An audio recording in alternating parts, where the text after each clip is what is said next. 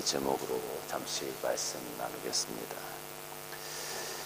오늘 말씀을 보면 이스라엘 백성들이 하나님의 궤를 블레셋과 전쟁을 하던 차에 그것을 빼앗겨 버립니다. 그래서 하나님의 궤를 블레셋 사람들이 보관을 하고 있었는데 그 보관을 하는 장소가 자기들이 섬기는 다곤 신당이었어요. 그런데 하루가 지나면 다곤 신당이 하나님의 궤 앞에 엎드려져 있고, 또 하루가 지나니까 다곤 신당이 다 깨어져서 하나님의 궤 앞에 엎드려져 있고, 또 자기들 살고 있는 그 지역에 계속 재앙이 생기는 거예요. 그래서 하나님의 궤를 안 되겠다, 이스라엘로 보내야 되겠다 해서 이스라엘로 먼저 보냈습니다. 그래서 그 이스라엘로 하나님의 궤가 가서 일단 머물러 있었던 곳이 이곳입니다. 그런데 일단 하나님의 궤가 그곳에 있었는데 이제 다윗이 하나님의 궤를 예루살렘으로 옮겨오고 싶은 거예요. 그래서 그 예루살렘으로 옮겨오기 위해서 이제 다윗이 많은 사람들과 함께 그곳을 찾아갑니다. 그래서 그것을 새 수레를 만들고 거기에다 하나님의 궤를 옮겨 싣고 그것을 이제 예루살렘으로 가지고 가려고 하는 겁니다. 그런데 문제가 있습니다. 사실 하나님의 궤는 수레로 옮기는 것이 아니라 제사장들이 어깨에다 메고 옮겨야 되는 것이었어요. 그런데 어떤 일이었든지 그것을 새 수레에다 싣고 그것을 옮겨오게 되었습니다. 그런데 이제 그것이 나곤이라는 사람의 타당 마당에 들어섰을 때 소들이 놀라서 뛴 거죠. 그러니까 그 뒤에 수레에 있었던 하나님의 궤가 흔들리면서 땅에 떨어질 뻔하게 된 겁니다. 그러니까 그 옆에 있던 우사라는 사람이 그 궤가 떨어지지 않도록 이렇게 붙잡은 거죠. 그런데 하나님의 궤는 신성한 물건이고 거룩한 물건이기 때문에 손을 댈 수 있는 물건이 아니에요. 누구든지 하나님의 거룩함을 침범하면 죽음을 당하게 되어져 있어요. 죄 있는 사람이 하나님을 대면했다. 그럼 죽임을 당합니다. 그래서 많은 선지자들이 하나님으로부터 계시를 받을 때 내가 죽었구나, 내가 죽은 사람이로다, 이렇게 푸념을 했어요. 근데 하나님께서 그런 계시를 주실 때 하나님의 여호와의 사자가 너희가 죽지 않을 것이다, 이렇게 말씀하시면서 그들에게 하나님께서 행하시는 그 사명을 허락해 주셨단 말이에요. 근데 우사와 같은 케이스는 어떻게 보면 하나님의 궤가 땅에 떨어져서 깨지는 것을 그냥 보고 있어야 되는 것이 맞는가? 정말로 우리는 하나님을 위해서 그걸 잡은 것이지 내가 그걸 일부러 침범하려고 한 것도 아닌데, 그럼에도 불구하고 하나님의 거룩한 궤를 만졌기 때문에 하나님께서 진노하셔서 우사를 죽이시는 결과가 생기게 되었다라는 겁니다. 많은 고민이 생깁니다. 그냥 놔둬야 됐을까? 그걸 잡는 것이 정말 잘못된 걸까? 우리의 생각을 가지고 하나님의 거룩함을 판단하고 우리의 생각을 가지고 하나님께서 원하시는 것들을, 하나님의 뜻을 판단하려고 합니다. 그런데 잠언서 14장 12절 말씀 보면 어떤 길은 사람의 보기에 바르나 필경은 사망의 길이다라는 말씀이 있어요. 우리가 생각할 때 합리적으로 이게 맞아. 교회에서나 하나님의 뜻을 행하는데 합리적으로 이게 맞아. 우리가 이성적으로 이게 분명히 맞는 것 같은데 때로는 그것이 사망의 길이다라고 하나님께서, 성경은 우리들에게 이야기하고 있는 겁니다.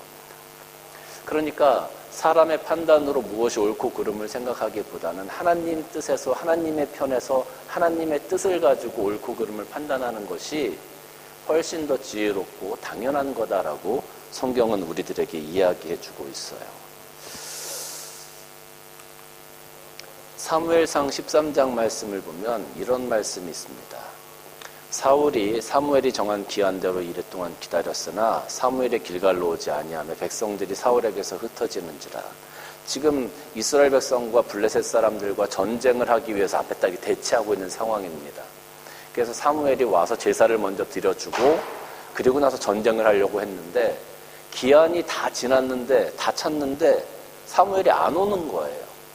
그러니까 백성들이 이제 막 불안하니까 흩어지기 시작합니다. 군사들이 막 흩어지기 시작해요. 전쟁을 할 수가 없는 상황인 거예요. 그러니까 9절 보니까 사울이 이르되 번제와 화목제물을 이를 가져오라 하고서 번제를 먼저 드린 거죠. 그런데 이 번제는 사울이 드릴 수 있는 것이 아닙니다. 제사장이 드릴 수 있는 것이지. 그러니까 번제를 드리기를 마치자 사무엘이 왔어요. 사울이 나가 맞으며 문안하되 사무엘이 이르되 왕이 행하신 것이 무엇이냐. 사울이 이르되 백성이 내게서 흩어지고 당신은 정한 날 안에 오지 아니하므로 블레셋 사람은 미므앗에 모였음을 내가 보았으므로 이에 내가 블레셋 사람들이 나를 치러 길갈로 내려오겠거늘 내가 여호와께 은혜를 간구하지 못하였다 하고 부득이 번제를 드렸습니다. 그럴 수 있겠다라는 거죠. 합리적으로 생각하면 지금 전쟁을 막 해야 되고 번제는 하나님께 제사는 먼저 드려야 되고 근데 블레셋 사람들은 내려오죠. 사람들은 흩어지죠. 이런 상황에서 누군가 제사를 지니지 않으면 전쟁을 이길 수 없다는 거예요. 합리적으로 맞죠. 그러니까 사무엘이 13절 보니까 사무엘이 사울왕에게 이르되 왕이 망령 때에 행했다. 왕이 하나님 여호와께서 왕에게 내린 명령을 지키지 아니하였도다. 그래야했다면 여호와께서 이스라엘 위에 왕의 나라를 영원히 세우셨겠거늘 지금은 왕의 나라가 길지 못할 것이다. 여호와께서 왕에게 명령하신 바를 왕이 지키지 아니하였으므로 여호와께서 그의 마음에 맞는 사람을 구하여 여호와께서 그를 그의 백성의 지도자로 삼으셨느니라 이렇게 말해요. 우리가 일반적으로 생각할 때는 분명히 사울이 번제를 드리는 거 그게 나쁘지 않겠다라고 판단을 할 수 있을 것 같아요. 그런 상황이라면. 우리는 지금 편안히 앉아서 이곳에서 그렇구나라고 생각하지만 사울 입장에서는 절체절명의 순간이에요. 전쟁을 하고 있고 목숨을 걸고 싸워야 되는 그런 순간에서 사무엘은 오지 않고 어떻게 합니까? 어쩔 수 없는 선택이라고 생각을 하는 거죠. 그게 합리적이고 논리적으로 맞는 거예요. 그런데 하나님의 뜻이 아니었다라는 거죠. 우사의 상황도 마찬가지인 것 같아요. 우리가 생각할 때는 그게 합리적이고 그게 맞는 것 같은데 그게 하나님을 위하는 것 같은데 하나님의 뜻은 그게 아니었다라는 거죠. 그래서 하나님의 뜻대로 행하는 것이 사실은 굉장히 중요해요. 우리가 살아가는 데 있어서. 히브리서 10장 말씀을 보면 이는 황소와 염소의 피가 등이 죄를 없이 하지 못함이라. 그러므로 주께서 세상에 임하실 때 이르시되 하나님이 제사와 예물을 원치 아니하시고 오직 나를 위하여 한 몸을 예비하셨도다. 번제와 속죄제는 기뻐하지 아니하시니 이에 내가 말하기를 하나님이여 보옵소서 두루마리 책에 나를 가리켜 기록된 것 같이 하나님의 뜻을 행하러 왔나이다 하셨느니라.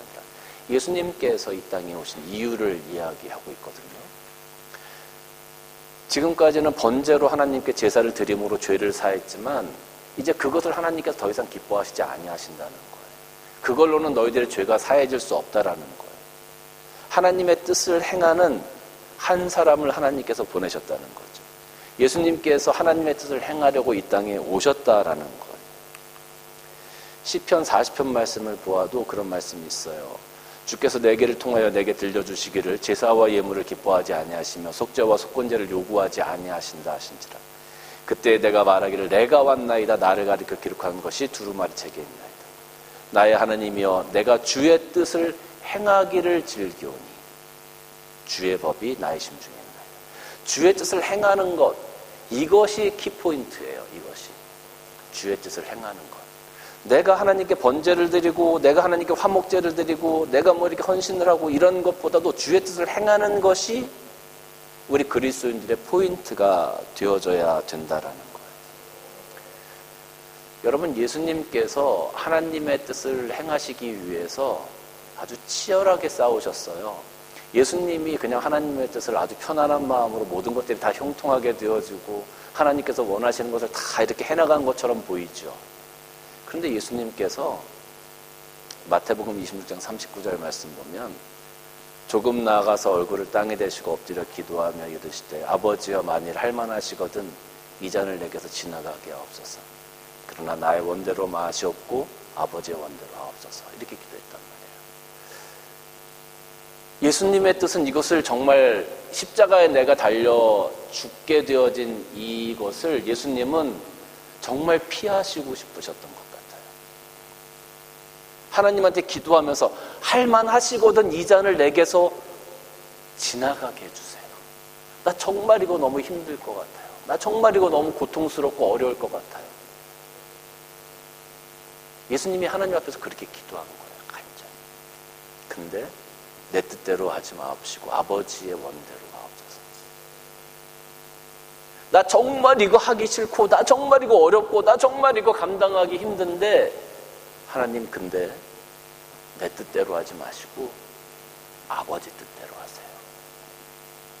예수님께서 치열하게 하나님의 뜻을 이루어 가려고 싸우셨어요.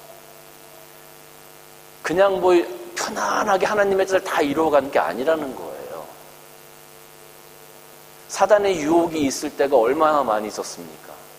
그럴 때마다 사람들이, 바리새인들이, 서기관들이 예수님을 무너뜨리려고 얼마나 많이 공격을 해왔습니까? 그럴 때마다 치열하게 싸워 나가신 거예요. 하나님의 뜻을 지켜나가려고. 그러니까 하나님의 뜻을 지켜나가는 것이 굉장히 중요해요. 그것이 바로 우리가 추구해야 될 삶이라는 겁니다. 결국 히브리서 10장 말씀을 보면 그 후에 말씀하시기를 보옵소서 내가 하나님의 뜻을 행하러 왔나이다. 하나님의 뜻을 내가 행하러 왔다. 첫째 것을 폐하시면 둘째 것을 세우려 하심이라. 그 뜻을 따라 예수 그리스도의 몸을 단번에 들이심으로 말미암아 우리가 거룩함을 얻었노라.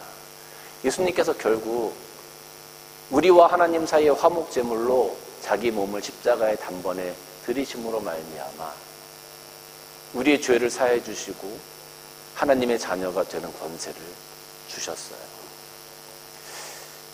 예수님께서 이러한 사명을 감당하시기 위해서 아주 치열하게 싸우셨다는 것, 그리고 내 뜻보다도 내 합리적인 것과 내 이성과 내 논리를 넘어서서 내가 왜 이렇게 해야 되지? 내가 왜 이렇게 살아야 되지? 근데 그게 하나님의 뜻이라면 하나님 내가 그렇게 살아가겠습니다라고 고백할 수 있는 믿음이 우리 가운데 있어야 된다라는 거예요. 그게 그리스도인으로서 굉장히 중요한 문제입니다. 예수님께서 이 땅에 오셔서 우리의 죄를 속량하시고 십자가에 달려 돌아가셨어요.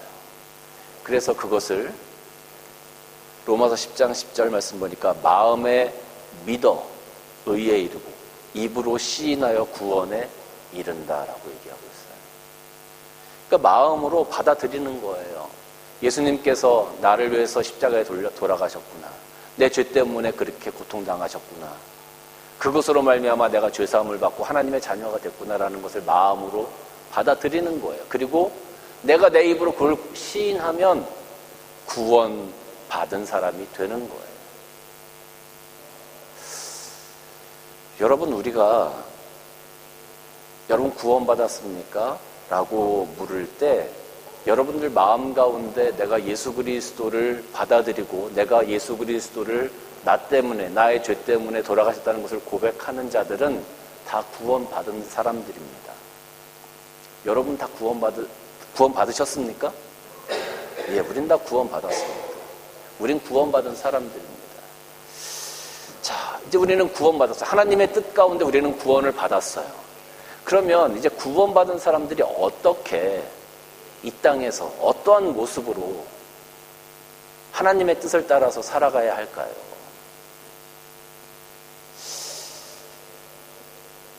저는 이렇게 한번 생각을 해봤습니다. 기차가 있잖아요. 기차가 있죠. 근데 그 기차 앞에 보면 기관실이 있습니다. 기관실, 그죠? 그 기차를 다 이끌어가는 기관실 차가 있고 나머지는 객차들이 쭉 있잖아요. 그런데 어떤 때 보면 이 객차 없이 이 기관실만 이렇게 다니는 기차들이 있어요. 가끔 보면 뭐 어디로 이동을 하는 거겠죠. 기차 그러면 기관실이 있고 객차들이 있고 화물칸들이 있고 뭐 이런 것들 우리가 예상을 하는데 그 기관실만 다니는 그 기차가 있어요. 그럼 그건 기차입니까? 아닙니까? 기관실만 막 철로 위를 달려요. 그 기차예요? 아니에요? 기차죠, 기차. 10객실이 달려있어도 기차고 객실이 없어도 그건 기차예요. 그죠? 그런데 이 기관실의 역할은 무엇이겠습니까? 혼자 막 철로를 다니는 게 역할이겠어요? 그 기관실의 역할은 뭐겠어요? 객차를 달고 화물차를 달고 달리는 게 그 기관실의 역할이에요.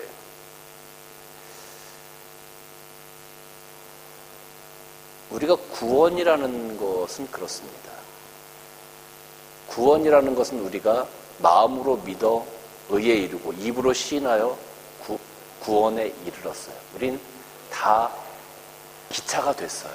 기차가 됐어. 이게 바로 기관실이 된 거예요. 기관실이. 기차예요. 기차. 구원받은 거죠. 그런데 문제는 우리 교회 안에 있는 많은 구원받은 사람들이 기차가 됐는데 이 객실 없이 그 기관실만 있는 거예요. 기관실만 그 선로를 다 다니는 거예요. 구원받았어요. 기차는 기차예요. 그런데 자기 혼자 구원받았다고 막 그 선로를 혼자 다니는 거야. 근데 하나님의 뜻은 뭐겠어요? 그 기관실의 역할은 뭐겠어요? 구원받은 사람의 역할은 뭐겠어요? 객차를 달고 다녀야 되는 거예요. 객차를 달고 다닌다는 건 뭡니까? 다른 사람들이 타서 목적지를 향해 갈 수 있게 봉사하고 헌신하고 희생하는 것. 그것이 구원받은 사람들이 이 땅에서 해야 될 일이라는 거예요. 세상에 있는 많은 사람들이 그 기차를 좀 타보려고 지금 정거장에서 기다리고 있어요. 어떤 사람은 교회 안에 들어와서 그 표도 사고 나도 기차도 좀 타보겠다고 그렇게 기다리고 있어요. 그런데 와서 보니까 그 선로 위에 다 기관실만 다니는 거야, 사람들이. 다 자기 잘났다고 난 구원받은 사람이라고 기관실만 다니는 거예요. 탈 수가 없어요. 위로받을 수가 없어요. 자기가 목적한 것을 이룰 수가 없어요. 그러니까 기다리고 있는 거죠. 아, 언제 나올까? 기차가 언제 나올까? 기다리다 기차가 안 와. 그럼 어떻게 하겠어요? 떠나겠죠. 그러니까 젊은이들이 교회를 떠나고, 그러니까 사람들이 교회를 떠나고, 그러니까 사람들이 교회를 더 이상 쳐다보지 않는 거예요. 왜? 교회에서 구원받았다는 사람들은 많은데 다 그 기관실처럼 막 다니는 거예요, 혼자.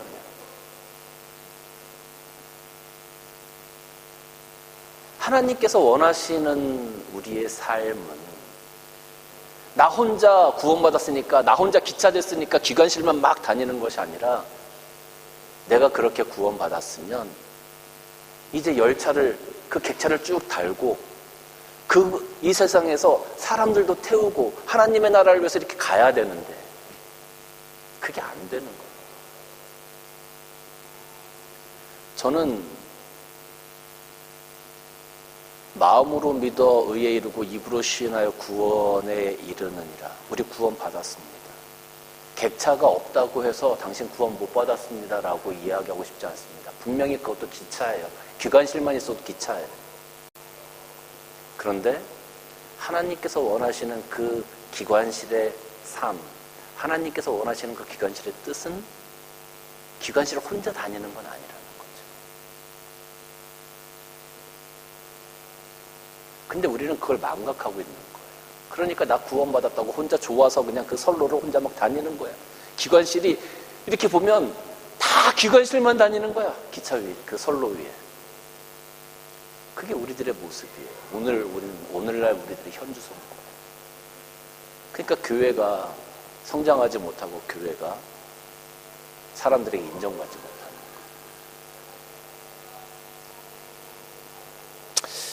참 안타까운 모습이 아닐 수가 없습니다. 야고보서 2장 18절 말씀, 어떤 사람 말하기를 너는 믿음이 있고 나는 행함이 있으니 행함이 없는 내 믿음을 내게 보이라. 나는 행함으로 내 믿음을 내게 보이리라.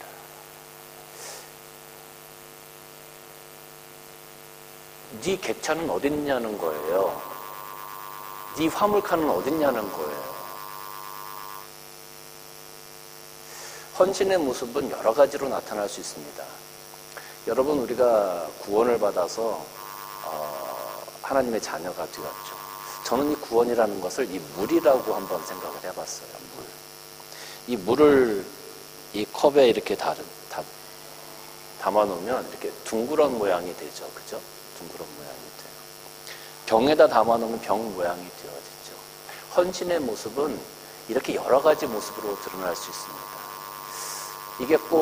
이게 헌신의 모습이 어떤 사람들은 뭐 성가대로, 주일학교 교사로, 또 예배에 참석하는 것으로, 뭐 또 봉사하는 것으로, 식당 봉사하는 것으로, 아니면 또 헌금을 하는 것으로, 뭐 여러 가지 모습으로 드러날 수 있죠. 사람을 케어하는 것으로, 뭐 여러 가지 모습으로 드러날 수 있습니다.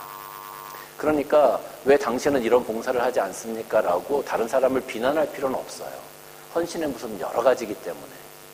그러니까 뭐 가정을 오픈해서 어제처럼 이렇게 뭐 우리 교회 성도들이 함께 모인다든지 이런 것들도 다 헌신의 일부입니다. 하나님께서 보실 때 참 아름다운 모습인 거예요. 그러니까 이 물을 세모 그릇에 넣으면 세모 모양이 되고 네모 그릇에 놓으면 네모 모양이 되는 거예요. 밥 그릇에 모으면 밥그릇 모양이 되는 거예요. 헌신의 모양은 다양합니다. 그러니까 그걸 가지고 당신은 왜 하지 않습니까? 라고 비난할 필요가 없어요. 혹시 예배에 참석하지 못하시는 분이라 할지라도 그 직장에서 일하는 곳에서 하나님을 사모하는 마음을 가지고 바라보고 있으면 그 역시 하나님께서 기뻐하시는 헌신인 거예요. 물론 예배에 참석한 여러분들도 하나님께 헌신하는 겁니다. 그러니까 그 부분이 굉장히 중요하죠. 그런데 만약에 여러분이 목이 마른데 물을 사려고 했는데 그 페트병에 물은 없고 빈 페트병만 있어. 그 페트병을 여러분 돈 주고 사시겠어요? 안 사죠. 그 구원에 그 믿음이 없는 껍데기는 아무 쓸모가 없어요. 그런데 그 믿음이 있고 구원이 있는데 그 물을 받을 용기가 없어. 어떻게 여러분 그거를 들고 가실래요? 어떻게 그거를 여러분 유지하실래요? 손바닥으로 받으면 다 흘러내리는 거예요. 그래서 이 구원받은 믿음이 있으면 그 구원받은 믿음을 담을 수 있는 용기도 있어야 돼요. 그럼 그릇도 있어야 된다는 거죠. 어떤 모양이든지 간에. 모양은 중요하지 않아. 그것을 담을 수 있는 그릇이 있어야 돼요. 여러분 구원받아서 여러분이 물을 소유하고 있어요. 그 물을 다른 사람들에게 보여주고 나누어 줄 수 있는 그릇을 가지셔야 된다는 거예요. 그 그릇이 뭐냐? 바로 여러분 삶의 행함이라는 거예요. 사랑으로 행하고 용서함으로 행하고 희생함으로 행하고 다른 사람을 보듬어 줄 수 있고 위로할 수 있고 그런 삶을 살아가는 것이 바로 하나님께서 우리에게 원하시는 뜻이라는 거예요. 그게 굉장히 중요한 겁니다. 우리가 그런 역할을 감당해야 되는데 그런 역할을 때론 감당하지 못하는 거예요. 우리가 온전한 온전한 그릇이 있어서 그 그릇에 우리들의 믿음과 우리들의 구원을 받아서 다른 사람들에게 나누어 주기도 하고 보여주기도 해야 되는데 그게 안 되는 거예요. 때로는 그릇이 깨져 있는 그릇, 금가 있는 그릇, 날카로운 그릇 때문에 다른 사람들이 상처받는 일들도 많이 생기게 되어지죠. 나의 말 한마디 때문에 상처받고 교회를 떠나는 사람들, 나의 잘못된 삶 때문에 상처받고 하나님을 떠나는 사람들이 얼마나 많이 있습니까? 자기 중심적인 깨어진 그릇의 위험성이 이렇게 큰 겁니다. 사랑하는 성도 여러분, 여러분들은 하나님의 뜻 가운데 구원받으신 분들입니다. 그렇다면 하나님의 뜻 가운데 행할 수 있는 여러분의 삶도 하나님 앞에 잘 세워나가시기를 주님의 이름으로 간절히 축원합니다. 요한복음 13장 35절 말씀 보면 너희가 서로 사랑하면 이로써 모든 사람이 너희가 내 제자인 줄 알리라 그랬습니다. 여러분의 삶 가운데 사랑이 있어야 하고 여러분의 삶 가운데 하나님의 뜻을 사모하는 마음으로 한 걸음 한 걸음 나아가려고 하는 자세가 필요합니다. 나 구원받은 사람 혼자 기관실 그 선로 위에 홀로 다니는 그 기관실처럼 막 그렇게 다니지 말고 이제는 다른 사람을 실을 수 있는, 태울 수 있는, 그리고 그들을 목적지까지 보내줄 수 있는 그런 객실도 좀 여러분들 삶 가운데 많이 달았으면 좋겠어요. 어떤 사람은 하나를 달 거고 어떤 사람은 2개를 달 거고 어떤 사람은 10개를 달 수 있겠죠. 하나님께서 여러분들에게 허락하신 역량대로 최선을 다해서 한번 우리 사랑함으로 이 땅에서 살아가 봅시다. 하나님의 뜻을 한번 이 땅에 드러내 봅시다. 그것이 바로 빛과 소금 된 삶 아니겠습니까? 그 삶을 하나님께서 여러분들에게 원하십니다. 그 삶을 책임지시고 살아가시는 여러분들 되시길 주님의 이름으로 축원합니다. 기도하겠습니다. 주님 감사합니다.